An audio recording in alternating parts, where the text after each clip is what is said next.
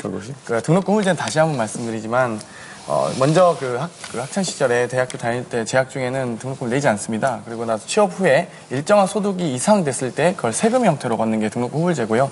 그리고 이 전에 선행돼야 될 제도가 바로 등록금 상한제입니다. 그러니까 그 보통 가계 소득의 뭐 평균이나 일정한 소득 이하로 한 달에 평균 뭐 소득 이하로 해서 등록금을 그 상한 제도를 놓는다는 거죠. 대부분 헷갈려 하시는 게 등록금 인상률 상한제하고 좀 헷갈려 하시는데요.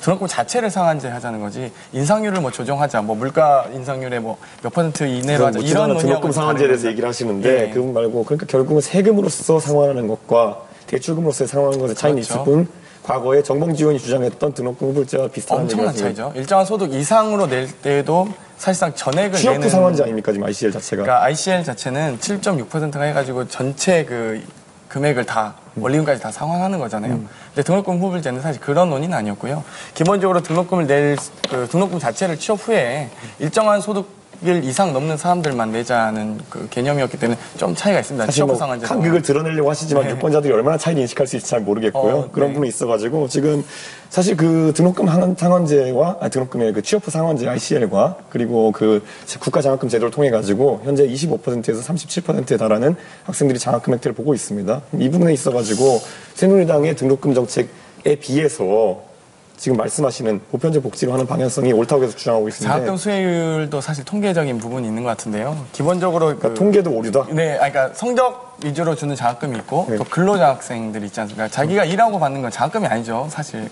그냥 근로소득이죠. 사실 그것도.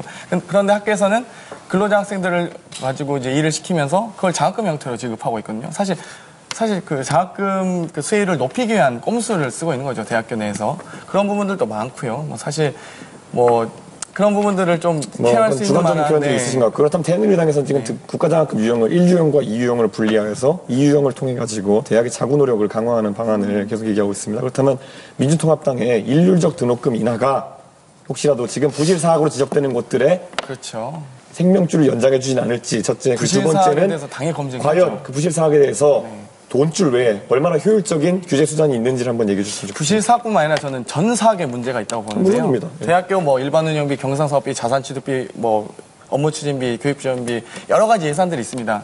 중복해서 예산을 일단 책정해요. 그리고 3년 전에 책정된 예산을 올해 다시 편성한다든가 교수님의 뭐 그걸 여러 가지 바뀌라든가 정책적 수단을 그 모든 사학에 문제가 있는데 그것들을 심각하게 하는 게 부실 사학의 문제가 더 많다는 거죠. 그런 부분들은 당연히 저희가 그 국가재정을 투입하는 과정에서 검증하니 부실 사학과 부정과 비리는 당연히 검증해야죠. 부실 사학이 단 그리고 사이사도 내려야 됩니다. 부실 사학 때 단임 학생한테 방학금 안 줄 건가요? 저희는 반값 등록금이 이 하나의 어떤 정부 지원을 그냥 무작위로 편성하자라는 주의가 아니라 기본적인 우리가 사학법인 테두리 내에서 그 뭐 등록금 심의위원회도 당연히 완벽히 다시 구성해야 되고 대학 평의회도 구성해야 되고 학내에서 얼마나 많은 문제가 등심이 확성한 저희도 겁니다. 있고요. 그러니까 네, 그런 부분들을 부실 사학에 반값 등록금 주실 겁니까 안 주실 겁니까? 근데 제가 아니요 잠깐만요. 이건 답변 듣겠습니다. 부실 사학에 검증하는 과정이 당연히 필요하죠. 뭐 검증해서 안 주실 지금 거예요? 이번에도 부실대학 퇴출대학 몇 개 대학 발표됐잖아요. 그러니까 검증해서 안 주실 거예요?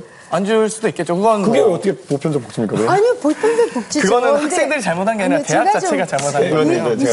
좀 복잡합니다. 정리가 안 되고 있는데 새누리당에서 왜 이렇게 따지게 말하는지 모르겠어요. 새누리당에서 부실 사학을 얘기하면 좀 우스워요. 그러니까 왜냐하면 박근혜 후보께서 사학 개혁을 반대하셨잖아요. 정치적인 아젠다 하자는 게 아니라 정책을 이해하기 위해서 그렇죠. 정책에 있어서 그러면 부실 사학을 그럼 반대로 여쭤보면 부실 사학에 대해서 소득 분위별로 지원하실 제가 건가요? 여쭤본 게 아직 그 답이 안 나왔어요. 그러니까 지원하실 건가요? 부실 사학에다가 지원하실 건가요? 부실 사학은 다른 문제죠. 왜냐하면 박근혜 후보께서 예스 노의 문제가 왜 자꾸 길어지는지 모르겠어요. 저희가 잠시만요.